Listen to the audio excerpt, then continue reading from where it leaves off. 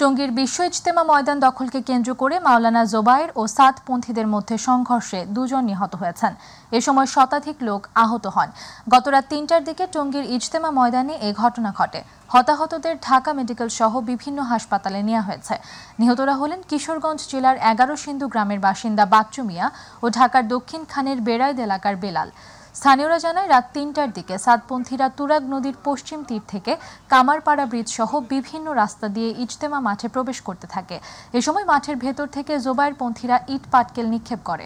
জবাবে সাতপন্থীরা পাল্টা হামলা চালায়। এক পর্যায়ে সাতপন্থীরা মাঠে প্রবেশ করলে উভয় পক্ষের মধ্যে ব্যাপক সংঘর্ষ শুরু হয়।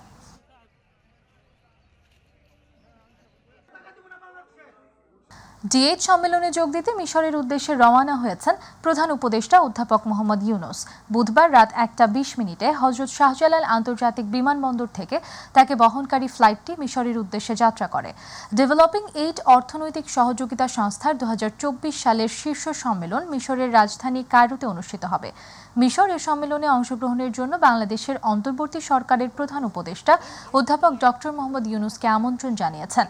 ডিএইচ সংস্থা বাংলাদেশ, মিশর, Indonesia, Iran, Malaysia, Nigeria, Pakistan এবং তুরস্কের মধ্যে অর্থনৈতিক সহযোগিতার জন্য প্রতিষ্ঠিত হয়েছিল। ১৯৯৭ সালের ১৫ জুন ইস্তাম্বুল ঘোষণার মাধ্যমে এ সংস্থার যাত্রা শুরু হয়।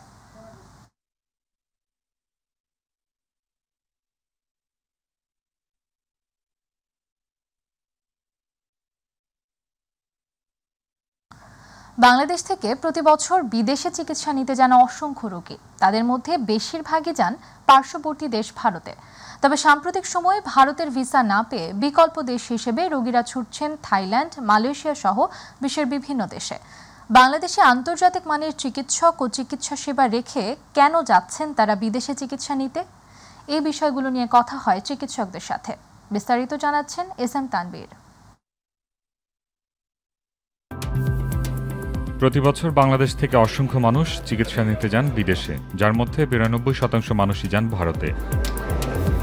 বাংলাদেশের স্বাস্থ্য অর্থনীতিবিদদের মতে গত বছর চিকিৎসা খাতে বৈধভাবে $১৫৬ বিলিয়ন অর্থাৎ বাংলাদেশি মুদ্রায় ১৭,০০০ কোটি টাকা বিদেশে নেওয়া হয়েছে। এগুলো গেছে ভারত, থাইল্যান্ড, সিঙ্গাপুর, যুক্তরাজ্য সহ বেশ কয়েকটি দেশে। তবে বেশিরভাগই গেছে ভারতে। ভারতের পর্যটন মন্ত্রণালয়ের তথ্য অনুযায়ী বছরে বাংলাদেশ থেকে ২৫ লাখের মতো রোগী তাদের দেশে আসেন। স্বাস্থ্যসেবা নিতে রোগীরা প্রায় $৫০০ মিলিয়ন ওই দেশে ব্যয় করেন। তবে দুই দেশের সম্পর্কে টানাপোড়েনের কারণে রোগীরা বর্তমানে ভারতে ভিসা না পেয়ে ছুটছেন সিঙ্গাপুর, থাইল্যান্ড সহ অন্যান্য দেশে। চিকিৎসা নিতে বাংলাদেশ বিমুখিতার পেছনে আস্থার সংকটকে দায়ী করছেন এই চিকিৎসক। বাংলাদেশে চিকিৎসক এবং চিকিৎসার উপর আস্থাহীনতার অনেকগুলো কারণ রয়েছে। এর মধ্যে অন্যতম একটি কারণ হচ্ছে বাংলাদেশে ভুয়া ডাক্তার, ভুয়া হাসপাতাল এবং ভুয়া ডায়াগনস্টিক সেন্টার, এরা মানুষকে প্রতারিত করছে। বাংলাদেশের চিকিৎসকদের আচার ব্যবহারে অনেক রোগী বিরক্ত হয়ে বাইরে যায়। বিশেষজ্ঞরা বলছেন ভারতে চিকিৎসা করানোর সুযোগ না পেয়ে বর্তমানে অনেকেই দেশে চিকিৎসা সেবা নিচ্ছেন। এমন পরিস্থিতি চিকিৎসকদের নিজেদের দক্ষতা প্রমাণের সুযোগ হিসেবে দেখছেন তারা। আমাদের সেবার ক্ষেত্রে পিছিয়ে যাওয়া ঠিক নয়। আমাদের সেবার ক্ষেত্রে সঠিক সেবাটা কেন জনগণ পাচ্ছে না, আমাদের এই জায়গাটায় কিন্তু হাত দিতে হবে। ডাক্তাররা তো প্রশিক্ষিত হচ্ছে এবং প্রয়োজনীয় সংখ্যক ডাক্তার আমরা তৈরিও করছি এবং আমাদের আছেও। এখন সমস্যা যেটা, সেটা হলো তাদেরকে প্রকৃতভাবে ব্যবহার করা। এইটা কিন্তু সরকারের দায়িত্ব যে আমরা সঠিকভাবে তাদেরকে ব্যবহার করছি কিনা এবং তারা সেবাতে নিযুক্ত হচ্ছেন কিনা, নিযুক্ত হয়ে সত্যিকারের সেবাটা দিতে পারার তাদের সুযোগ আছে কিনা, এই জায়গাগুলি কিন্তু একটু দেখা দরকার। শুধু শহর কেন্দ্রিক নয়, পর্যাপ্ত সুযোগ সুবিধা প্রদান করে প্রত্যন্ত অঞ্চলেও দক্ষ চিকিৎসক ও হাসপাতালগুলোতে উন্নত চিকিৎসা সরঞ্জাম পৌঁছে দেওয়ারও পরামর্শ দিলেন বিশেষজ্ঞরা। সেখানে হয়তো অপারেশন করার ব্যবস্থা আছে কিন্তু অ্যানেস্থেটিস্ট নেই, আবার হয়তো অ্যানেস্থেটিস্ট আছেন কিন্তু প্রয়োজনীয় উপকরণ নাই। এই ধরনের নানা সমস্যা আছে, যেই কারণে আমাদের বিশেষ করে উপজেলা হেলথ কমপ্লেক্স এবং ডিস্ট্রিক্ট হসপিটালগুলি অনেক জায়গায় দেখা যায় যে রোগী প্রয়োজনের তুলনায় অনেক বেশি, কিন্তু এই ব্যবস্থাপনায় গেলে দেখা যায় সেখানে এই রোগীদের সেবা দেওয়ার জন্য যা যা প্রয়োজনীয় দরকার তার অভাব রয়েছে। এস এম তানবীর, মাই টিভি, ঢাকা। হিমালয় কন্যা পঞ্চগড়ে গত ৬ দিন ধরে মৃদু শৈত্যপ্রবাহ চলছে। শীত বস্ত্রের অভাবে শীত অঞ্চলের হতদরিদ্র মানুষগুলো দুর্ভোগ পোহাচ্ছে। ভোর সন্ধ্যায় গ্রামগুলোতে খড়কুটো জ্বালিয়ে শীত নিবারণের চেষ্টা করে যাচ্ছেন নিম্ন আয়ের মানুষ। সকাল 9টায় পঞ্চগড়ে তাপমাত্রা রেকর্ড হয়েছে 8.8 ডিগ্রি সেলসিয়াস। এর আগে ভোর 6টায় তাপমাত্রা রেকর্ড করা হয় 9.2 ডিগ্রি সেলসিয়াস। মঙ্গলবার সারা দেশের সর্বনিম্ন তাপমাত্রা হিসেবে রেকর্ড হয়েছিল 9.1 ডিগ্রি সেলসিয়াস। গত 13 ডিসেম্বর থেকে 10 ডিগ্রির নিচে তাপমাত্রা রেকর্ড হওয়ায় উত্তরের এই জেলায় অব্যাহত রয়েছে মৃদু শৈত্যপ্রবাহ। গত 13 ডিসেম্বর তাপমাত্রা রেকর্ড হয়েছিল 8.4 ডিগ্রি সেলসিয়াস। বাতাসের আর্দ্রতা 77% ও বাতাসের গতিবেগ ঘন্টায় 7 থেকে 8 কিলোমিটার। নবান্ন আসলেই বাঙালির ঘরে ঘরে পিঠা খাওয়ার ধুম পড়ে। নতুন ধানের চালের পিঠাপুলি যেন বাঙালি সংস্কৃতিতে পরিণত হয়েছে। সারা দেশে যখন শীতে কাঁপছে মানুষ, ঠিক সেই সময়ে মানুষকে কিছুটা উৎসবের আমেজ দিচ্ছে শীতের গরম পিঠাপুলি। এবারও নড়াইলে নতুন পিঠার নবান্ন উৎসব আয়োজন করেছে নন্দনকানন শিশু বিকাশ ও সাংস্কৃতিক চর্চা কেন্দ্র। প্রতিনিধি খায়রুল ইসলামের রিপোর্ট, জানাচ্ছেন ইলিয়াস কমল। পুলি, দুধ চিতই, ভাপাসহ 30 প্রকার পিঠা নিয়ে শহরের ধূপখোলায় নন্দনকানন শিশু বিকাশ ও সাংস্কৃতিক চর্চা কেন্দ্রের আয়োজনে ব্যতিক্রমধর্মী পিঠা উৎসব অনুষ্ঠিত হয়। উৎসবে সংগঠনের সদস্যরা বাড়ি থেকে পিঠা তৈরি করে নিয়ে আসেন। রং বেরঙের পিঠা তৈরি করতে পেরে খুশি তারা। পিঠা উৎসব বাঙালির চিরদিনের একটা ঐতিহ্যের উৎসব। তো প্রতি বছর আমরা নন্দনকাননে নবান্ন উপলক্ষে পিঠা উৎসবের আয়োজন করি। আমি এখানে নকশি পিঠা, ঝিনুক পিঠা এগুলা তৈরি করছি। এটা তৈরি করে আমার খুব ভালো লাগছে। পিঠা উৎসবে এসেছিলেন বিভিন্ন বয়সের নারী পুরুষ। একসাথে এত প্রকার পিঠা দেখে ও খেতে পেরে ভীষণ খুশি তারা। এখানে বিভিন্ন রকম পিঠা দেখছি যেগুলো আমি আগে কখনো দেখিনি। বিভিন্ন পিঠার নাম জানছি। বাংলার যে এমন ঐতিহ্য আছে সেটা আমরা এটার নাম যদি না হতো তাহলে আমরা দেখতেই পারতাম না। পিঠা উৎসব আমার খুবই ভালো লাগছে। এরকম অনুষ্ঠান প্রত্যেক বছরে হলে আমাদের বাচ্চা কাচ্চারা এই ঐতিহ্যটা পায় আর কি। পিঠা বাঠায় তৈরি করে আমাদের পরিচিতি করানোর জন্য আমাদের অনেকের মাঝে এটা আনন্দ বিনিয়ে দেয়। মানে মায়েরা নিজে হাতে এই সমস্ত পিঠা তৈরি করেছে, তো এখানে এসে আমার খুবই ভালো লাগছে। গত 4 বছর ধরে এমন আয়োজন চলে আসছে। আগামীতে আরো বড় পরিসরে এই আয়োজন করার আশাবাদ ব্যক্ত করলেন আয়োজকরা। আগে নবান্ন উৎসব হতো ঘরে ঘরে মহিলারা পিঠা তৈরি করতো তাদের আত্মীয়স্বজনদের নিয়ে। সেটাকে আমরা ওই মহিলারাই ওরা ঘরে যে পিঠাটা তৈরি করবে ঘরেই করে, কিন্তু আমরা বলেছি যে তোমরা ঘরে পিঠা তৈরি করে এইখানে উৎসবটা করতে হবে, খাওয়াটা এখানে হবে।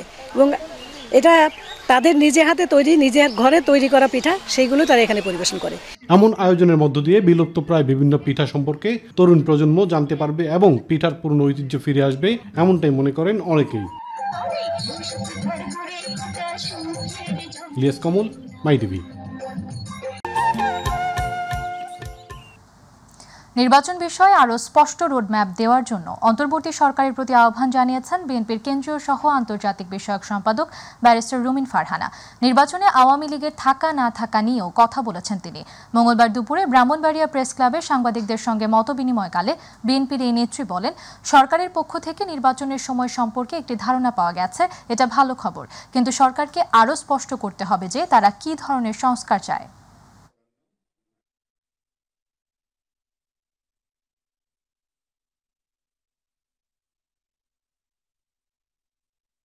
আপনারা জানেন যে দেশে 5ই আগস্টের পর থেকে নানান মহল বিভিন্ন রকম ষড়যন্ত্রে ব্যস্ত। তারা এই সরকারকে একদিনের জন্য শান্তিতে দেশ পরিচালনা করবে এই সুযোগ দিতে রাজি না। সেই জায়গা থেকেই আমরা বিশ্বাস করি, দেশের মানুষও বিশ্বাস করে, একটি নির্বাচিত সরকার যত সহজে এই ধরনের অস্থিতিশীলতা বা সমস্যা মোকাবেলা করতে পারে, আর কোন সরকারের পক্ষে তত সহজে এই ধরনের সমস্যা মোকাবেলা করা সম্ভব নয়। জামালপুরে কেন্দ্রীয় বিএনপির কোষাধ্যক্ষ এম রশিদুজ্জামান মিল্লাত বলেছেন, ইউনূস সরকারকে বলতে চাই, আপনার অন্তরে ভিতরে আপনার উপদেষ্টাদের মধ্যে যারা দোষর রয়েছে তাদের বের করুন। আওয়ামী লীগের সাথে ফ্যাসিস্টদের সাথে যাদের আঁতাত রয়েছে তাদেরকে ধরে এখনই জেলে ভরে দেন, যাতে করে আর কোনোদিন এই দেশে ফ্যাসিস্টদের উৎপত্তি না হয়। মঙ্গলবার বিকেলে শহরের পুরাতন ফুলবাড়িয়া ঈদগাহ মাঠে আমরা বিএনপি পরিবার আয়োজিত বৈষম্য বিরোধী ছাত্র আন্দোলন চলাকালে ঢাকাসহ অন্যান্য স্থানে জামালপুরে নিহত ব্যক্তিদের পরিবারকে আর্থিক সহায়তা প্রদান অনুষ্ঠানে প্রধান অতিথির বক্তব্যে তিনি এসব কথা বলেন।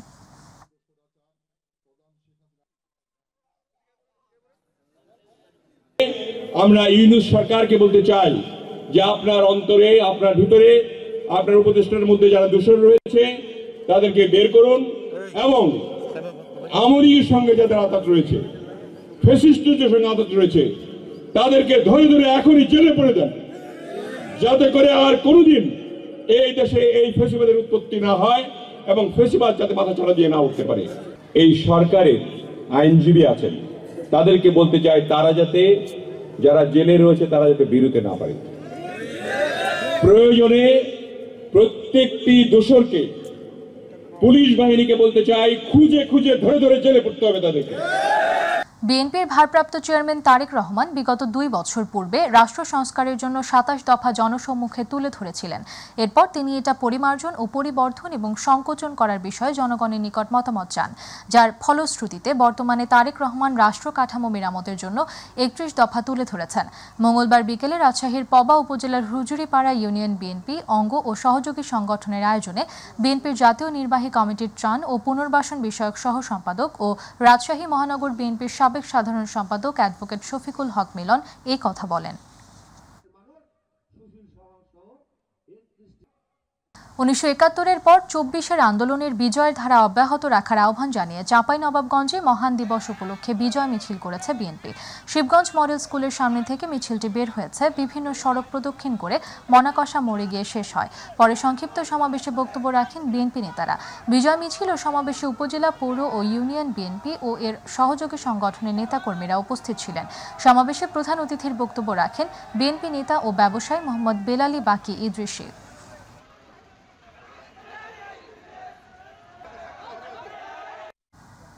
আগামী 1 জানুয়ারি থেকে খামার ব্যবস্থাপনা অনির্দিষ্টকালের জন্য বন্ধ ঘোষণা করা হয়েছে। বুধবার বিকেলে চাঁদপুরের ফরিদগঞ্জ পৌরসভা কার্যালয়ের মিলনায়তনে বাংলাদেশ প্রান্তিক পোল্ট্রি শিল্প রক্ষা অ্যাসোসিয়েশনের উদ্যোগে আলোচনা সভায় এ ঘোষণা দেন সংগঠনের কেন্দ্রীয় কমিটির চেয়ারম্যান মোহাম্মদ মফিজুল ইসলাম মল্লিক। সংগঠনের কেন্দ্রীয় কমিটির ধর্ম বিষয়ক সম্পাদক মাওলানা মোশাররফ হোসেনের সভাপতিত্বে আয়োজিত অনুষ্ঠানে বক্তব্য রাখেন কেন্দ্রীয় সহসভাপতি মোহাম্মদ শাহিনুর ইসলাম, প্রচার সম্পাদক ইমরান হোসেন খান। আলোচনা সভা শেষে তাজুল ইসলামকে সভাপতি ও আরিফুল ইসলামকে সাধারণ সম্পাদক ঘোষণা করে 7 সদস্য বিশিষ্ট চাঁদপুর জেলা কমিটি অনুমোদন করা হয়।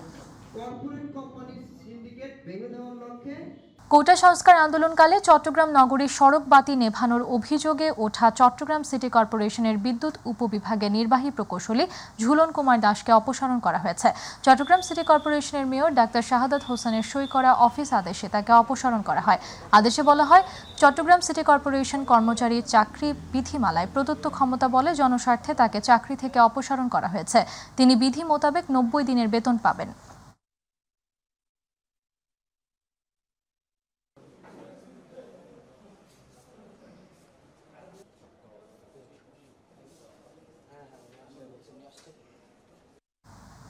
চট্টগ্রাম নগরীর পতেঙ্গার চরপাড়ায় অভিযান চালিয়ে বিদেশ ফেরত এক মহিলা যাত্রীর আত্মসাৎকৃত বিদেশি মালামাল সহ সাদ্দাম হোসেন নামে একজনকে গ্রেপ্তার করেছে পাহাড়তলী থানা পুলিশ। পাহাড়তলী থানার অফিসার ইনচার্জ বাবুল আজাদ জানান, সিএমপির পশ্চিম বিভাগের উপপুলিশ কমিশনার হোসাইন মোহাম্মদ কবির ভুইয়া এর সার্বিক দিক নির্দেশনায় অতিরিক্ত উপপুলিশ কমিশনার মাসুদ রানা এবং পাহাড়তলী জোনের সহকারী পুলিশ কমিশনার মাইনুর রহমানের তত্ত্বাবধানে পতেঙ্গা এলাকায় অভিযান চালিয়ে আত্মসাৎকৃত বিদেশি মালামাল সহ আসামিকে গ্রেপ্তার করা হয়।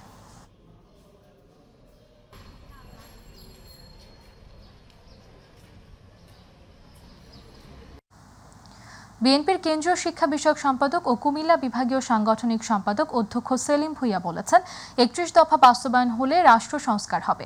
হোমনা পৌর বিএনপির আয়োজনে শ্রীমদ্দী ঈদগাহ মাঠে অনুষ্ঠিত কর্মী সমাবেশে প্রধান অতিথির বক্তব্যে তিনি এই কথা বলেন। পৌর বিএনপির আহ্বায়ক সানাউল্লাহ সরকারের সভাপতিত্বে সমাবেশে বক্তব্য রাখেন জেলা বিএনপির আহ্বায়ক আক্তারুজ্জামান সরকার ও সদস্য সচিব তারিক মুন্সি, উপজেলা বিএনপির আহ্বায়ক মোহাম্মদ মহিউদ্দিন ও সদস্য সচিব মোজাম্মেল হক মুকুল।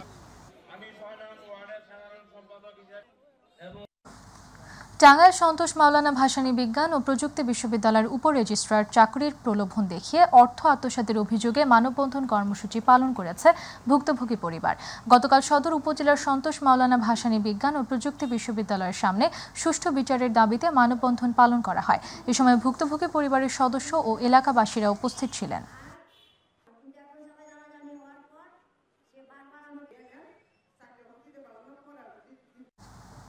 পেশাদার ও একঝাঁক তরুণ মেধাবী সাংবাদিকদের সমন্বয়ে গঠিত চট্টগ্রাম রিপোর্টার্স অ্যাসোসিয়েশনের উদ্যোগে মহান বিজয় দিবসের আলোচনা সভা হয়েছে।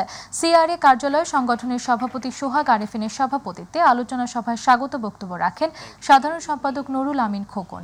উপস্থিত ছিলেন সিবিএ এর সাবেক সহ প্রচার সম্পাদক হুমায়ুন কবির, মাইটিভির চট্টগ্রাম প্রতিনিধি নুরুল কবির, দৈনিক কালের প্রতিচ্ছবির সম্পাদক ও প্রকাশক আল মামুন সহ সংগঠনের অন্যান্য নেতৃবৃন্দ।